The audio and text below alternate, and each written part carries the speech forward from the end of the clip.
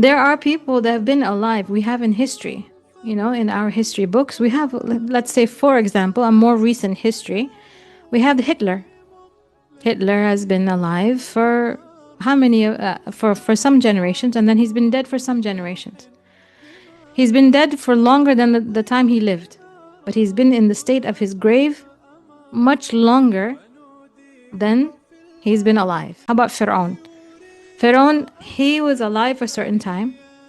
Let's say he was alive even past his children, or let's say grandchildren. But at his great-grandchildren's time, let's say he died. And after his great-grandchildren, those had children, and then those had children, and those had children. And, your great-great-great-grandparents got married, and they had your great-great-grandparents, and he was still dead.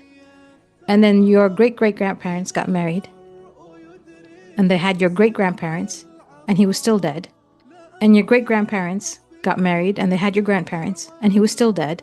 And your grandparents got married, and they had your parents, and he was still dead.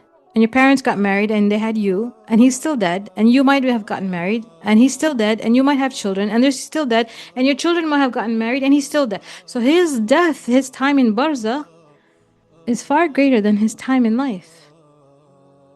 So his time for punishment is far greater than his time that he actually lived. And that is the reality of our situation.